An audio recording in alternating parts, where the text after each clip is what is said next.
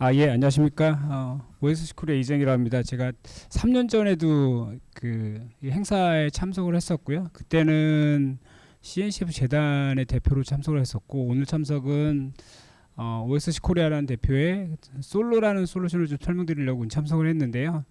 일단 팬데믹 된 이후로 이제 이렇게 직접 뵈고 하니까 너무 반갑습니다. 또 하나는 지금 동시에 5개 세션이 이루어지고 있는데 저희 세션을 선택해 주셔서 아마 이 자리가 좀 큰 도움이 될 수 있는 자리가 됐으면 합니다.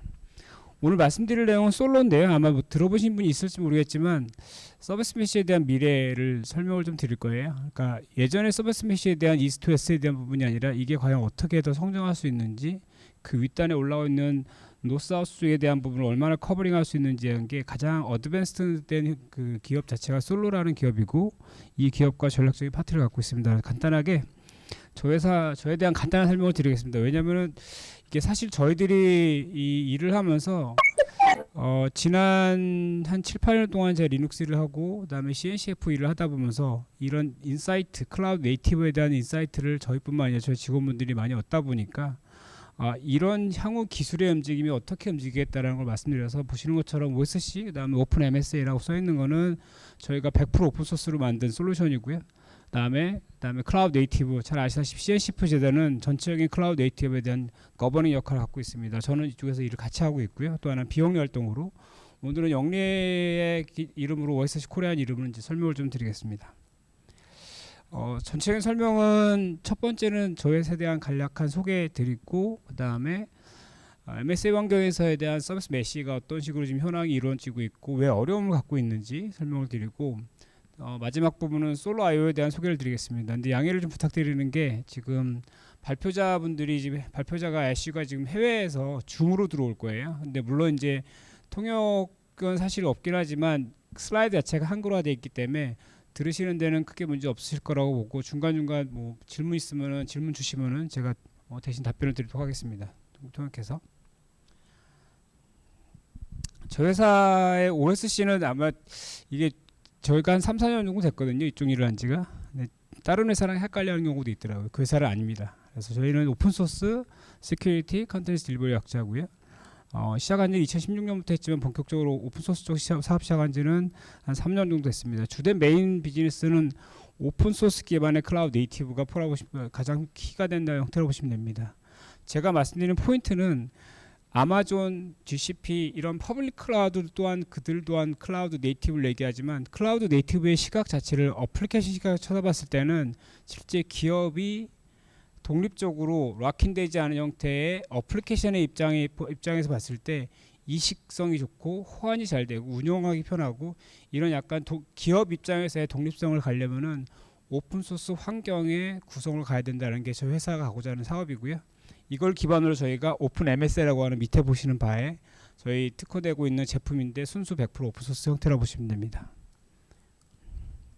그 중에 하나가 이쪽 우측 좌측에 보시는 것처럼 클라우드 네이티브 기반의 솔루션 재판매 사업이라는 표현을 했는데요. 실제적으로는 저희가 지사 역할을 한다든가 총판, 이런 전략적 파트너십을 함으로써 그 중에 하나가 솔로라는 솔루션 서비스가 저희가 이스티오나 링커드나 이런 서비스 메시의 부분에 있어서 어느 정도 인사이트를 가지고 이게 갈 방향이 솔로랑 맞다라고 판단 들었기 때문에 이들과 같이 협업을 하고 있고, 오늘 이거에 대한 자세한 내용을 좀 설명드리겠습니다.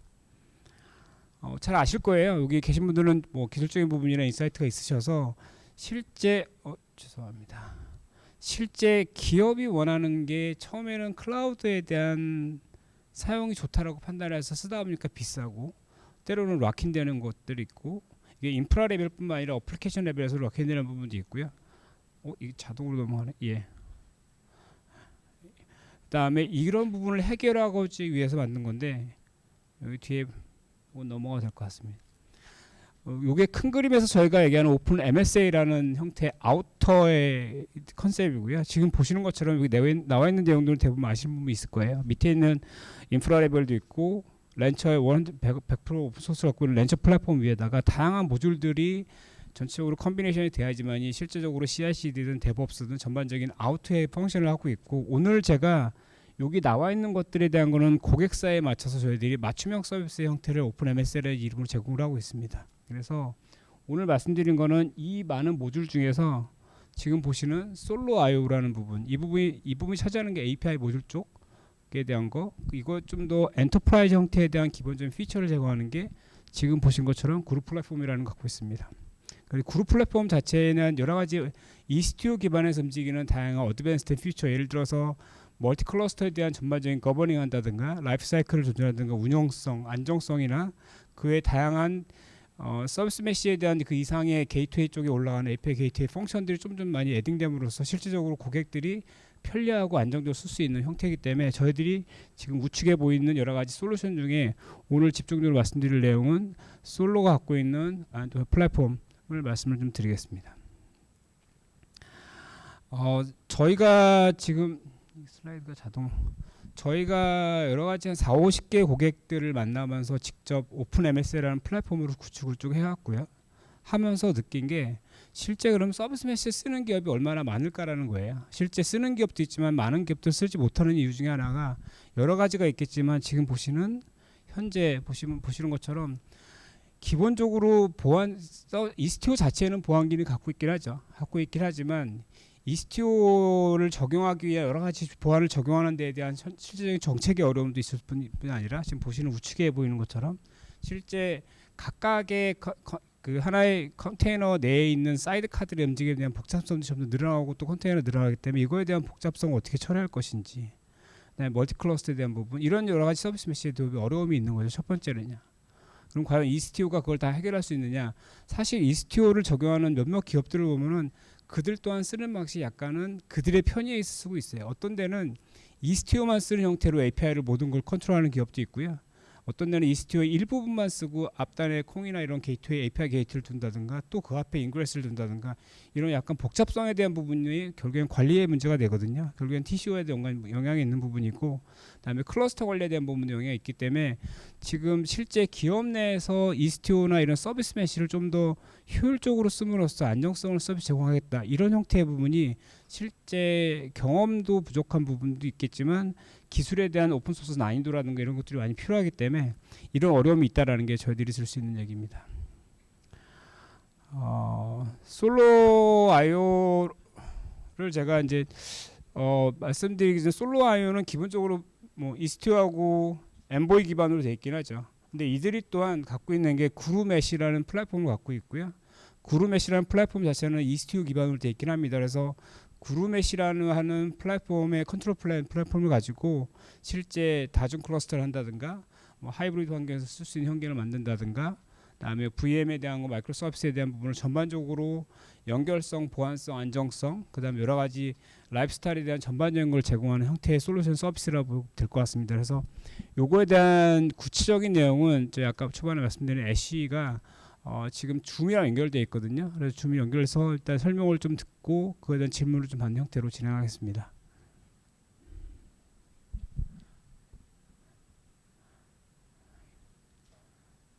Can you hear me, Ash? Ash? Yes, hello. Get started.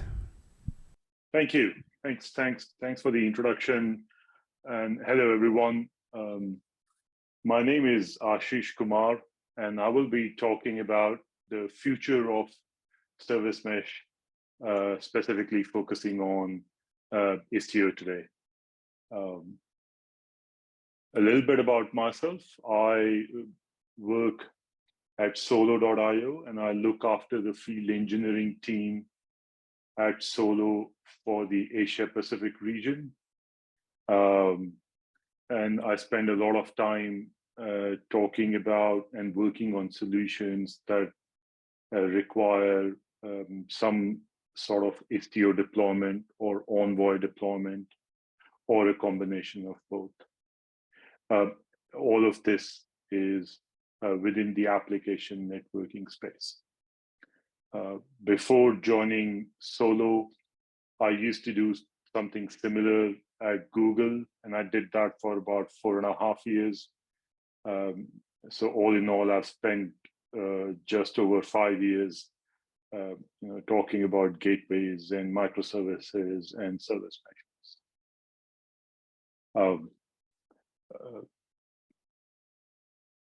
So let's talk about Istio. I realize I only have about 20 minutes, so I'll try to do justice to this topic. Now, Istio was launched back in 2017. So Istio is almost as old as Solo. We have a number of members from Solo who are part of the technical oversight committee for the Istio project and have been involved in the Istio project since the beginning. Now, the initial versions of Istio were quite a handful to deal with. There were quite a large number of components, and some of the rationalization to the overall architecture of Istio came in 2019, where it evolved the mixture architecture into creation of the Envoy proxy. And I'm assuming, as most of you would know, Envoy proxy is what really creates the heart and the core building block for an Istio service mesh. Now, between 2019 and 2022, we've seen quite a few deployments of Istio. There are quite a number of products that have come out into the market, like App Mesh or Anthos Service Mesh, obviously Blue Mesh. But 2022 has been till now a fantastic year for Istio. First, because now the project is a part of CNCF, and that obviously provides a certain amount of additional capabilities and resources to the way Istio project is going to be managed going forward. And even more importantly, we've just launched back in September a new data plane mode for Istio called Ambient Mesh. And this is where I'm going to be talking about what are some of the challenges that original Istio had, which Ambient Mesh solves.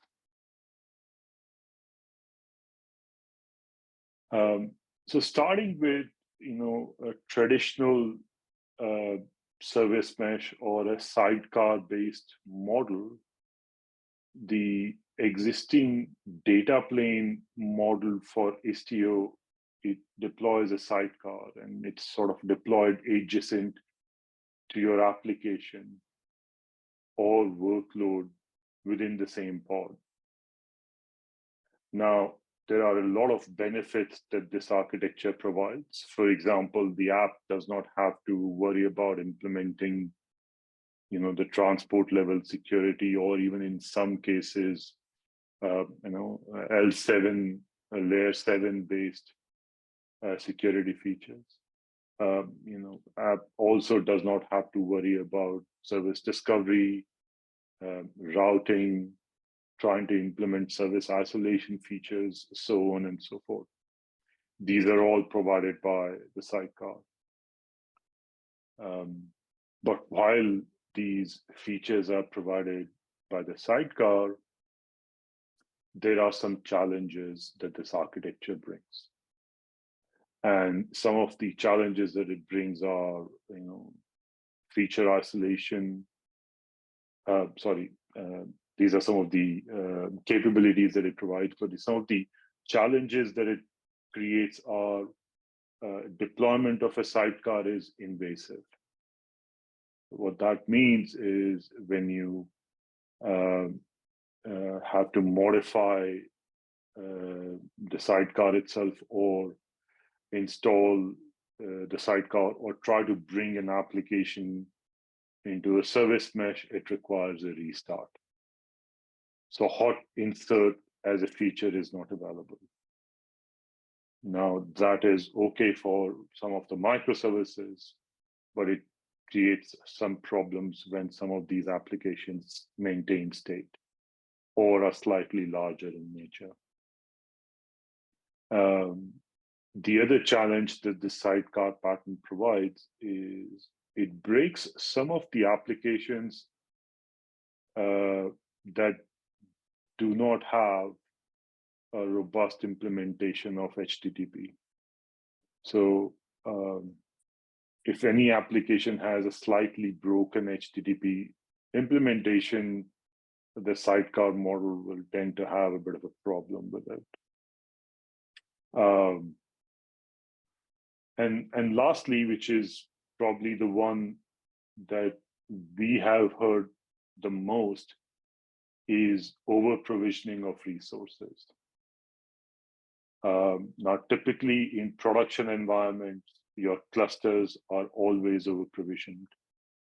But when you add sidecars to it, then you're provisioning resources not just for your workload clusters, your workloads, but you're also over provisioning for your sidecars. And that has been a major deterrent sort of in adoption of Istio in some of the larger deployments.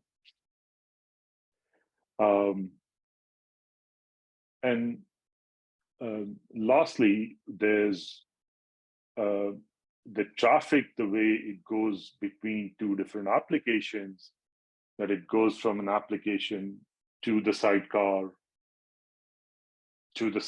of the receiving application, and then to the receiving application. So instead of a single hop, now there are 3 hops in the overall communication, wherein the packet will go from application all the way down to the network layer, back up, down again, and then back up to the receiving application. So these are some of the challenges that we'd started to look at when ambient mesh became a thought process, and then eventually folks at Google as well as Solo started working on it. Now, before I go and talk about how ambient mesh is solving these problems, I wanted to kind of take a minute talking about some of the competing ideas that sort of came up in this space. Now, I'm assuming some of you would have heard of eBPF, or it stands for, or it used to stand for, Extended Berkeley Packet Filter, which would allow for execution of sandbox programs in the operating system kernel. Now, there are quite a few advantages, as you can assume, of that. But there are some advantages to eBPF from a service mesh point of view as well. So that we'll look at 3 different modes of creating or evolving a service mesh, starting with the one on the left, which really is just a sidecar proxy workload. Now, what eBPF can provide in this scenario is the communication between the sidecar and application is done using eBPF, so your packets won't go all the way down to the network layer. They will be resolved at a layer 4 level itself. So there is about 15 to 16% of benefit in latency because of this model. And in addition to that, obviously, there is no real change to resource overhead because you still need sidecar proxies. The feature isolation aspect remains as it is because that's implemented at a layer 7 level. Your security granularity remains as it is because, again, there are features implemented at layer 7 level to complete security. And the upgrade impact, it's sort of neutral because, it doesn't really change anything functional. Now, the second mode that we saw for implementing or thought about for implementing, or evolving a service mesh is using a shared proxy model. Now, in a shared proxy model, you would try and implement 1 proxy per node. So essentially, you would have a sidecar proxy for running at a node level, and that will function as a sidecar proxy for the for all of the workloads running on that node. Again, you can use eBPF to try and gain that 15% traffic advantage there. But one of the drawbacks and one of the early drawbacks that we saw of this mode is possible conflict of application configuration across multiple apps. It's a little bit more complicated to differentiate between different workloads or service accounts or workload identities. At the same time, there is a thought process evolving that if the proxy node gets compromised, then that increases the sort of the blast radius from a security point of view. So then we looked at another model, which is trying to find best of both worlds, which is still a shared proxy model, but in this scenario, the proxies are shared on a per service account basis, which means all of the pods that belong to the same replica set or same deployment will essentially have a proxy working for them, and in this mechanism you're able to avoid the complexities of the previous model, and though you're not able to save resources as much, there's still quite a few optimizations from a resource point of view that this provides. And these kind of thought processes eventually gave rise to the concept and now the implementation of ambient. The project itself was announced in early September, and essentially an advanced implementation of the third mode that we just talked about. Broadly speaking, ambient mesh provides a new data plane architecture that does not rely on sidecars. So let's have a look at that in a little bit more detail. The first one and the foremost is there is a separation of layer 4 and layer 7 functionality. The layer 4 functionality, also called the secure overlay, provides only layer 4 capabilities. For example, securing the transport, routing the traffic, and layer 4 level observability metrics. And this is done using a new proxy called zTunnel. Under the hood, zTunnel is an Envoy proxy running in a layer 4 mode only. Now, obviously, the layer 7 functionality remains as it is. All of the layer 7 capabilities are provided through a new proxy mode called Waypoint Proxy. The only difference that the Waypoint proxies are only connected via zTunnels. In ambient mesh, the applications do not directly connect to Waypoint proxies. They always directly connect with zTunnel, and then zTunnels create an HTTP tunnel to Waypoint proxies when layer 7 functionality is required. Now, this way, you can only adopt features that you need. For example, if you just need mutual TLS between services and basic traffic routing, then you can stay with zTunnels and don't even involve layer 7 or Waypoint proxies, which means, in a way, you've basically removed the data plane from the workload pods completely, right? In this ambient mesh mode, you get more from your container network interface, which can be further extended by, if you are wanting to use eBPF-based CNI. And lastly, in this mode, our attack surface is significantly reduced. If you if individual applications are getting compromised, then there's no sidecar proxy along with it that is getting compromised along with it, and hence no keys or tokens are getting compromised. All of that sort of sits outside of or outside of the application plane. So let's have a quick look at how this all sort of works. Architecturally speaking, the sidecar itself is removed and split into two parts.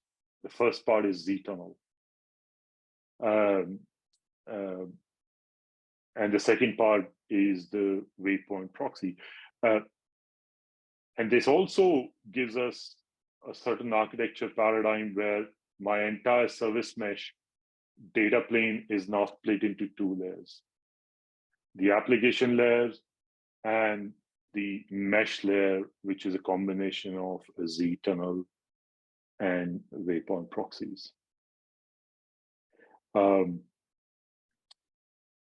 bring applications into the mesh, you would now not need to restart the applications. You just make that configuration change at the CNI layer. You basically modify the CNI to route traffic through Z-tunnels. So one of the key advantages of this of ambient mesh is hot restart or hot insert or removal of applications is fairly easy and possible. Looking at the layer 7 capabilities, now the only broad difference here is that now these layer 7 capabilities, instead of per application instance or per replica, these are per service account. So a single proxy will handle all the layer 7 configuration for one single application. So from an identity point of view, there is still isolation between different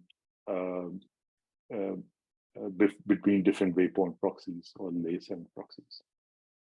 Now, to make this happen, how do you inject a waypoint proxy into traffic?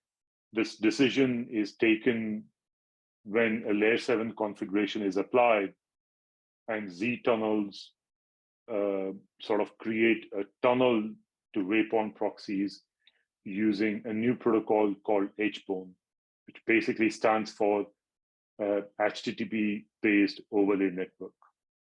So essentially an HTTP connect tunnel, which is completely not visible to the applications, and applications are, like in a standard mesh, completely unaware of either Z-tunnel or a waypoint proxy that's going to be in the path of the network traffic or application traffic. And lastly, to sort of summarize some of the benefits that this architecture provides: no race conditions between the work, and these are benefits over and above some of the challenges that we spoke about. So no race conditions between the workload containers. So if your workload container comes before your sidecar proxy, that was a challenge that we had to solve in standard service mesh. In ambient mode, your mesh is always available. The only decision that you have to make is to bring an application into the mesh or take it out. So there's no need to inject sidecars or change deployment resources, because for a given node, or rather even for a given cluster, you prepared the cluster based on the number of service accounts that it will service, on how many Z-tunnels and how many waypoint proxies are required. So more or less, so unless you're increasing nodes or you're increasing service accounts, you would not need to add any service mesh resources there. Upgrades are transparent. I think we've already spoken about that. Applications can be easily brought in and out of service mesh without the restarts. The risk levels are reduced. Our risk radius, security, possible breach blast radius is significantly reduced.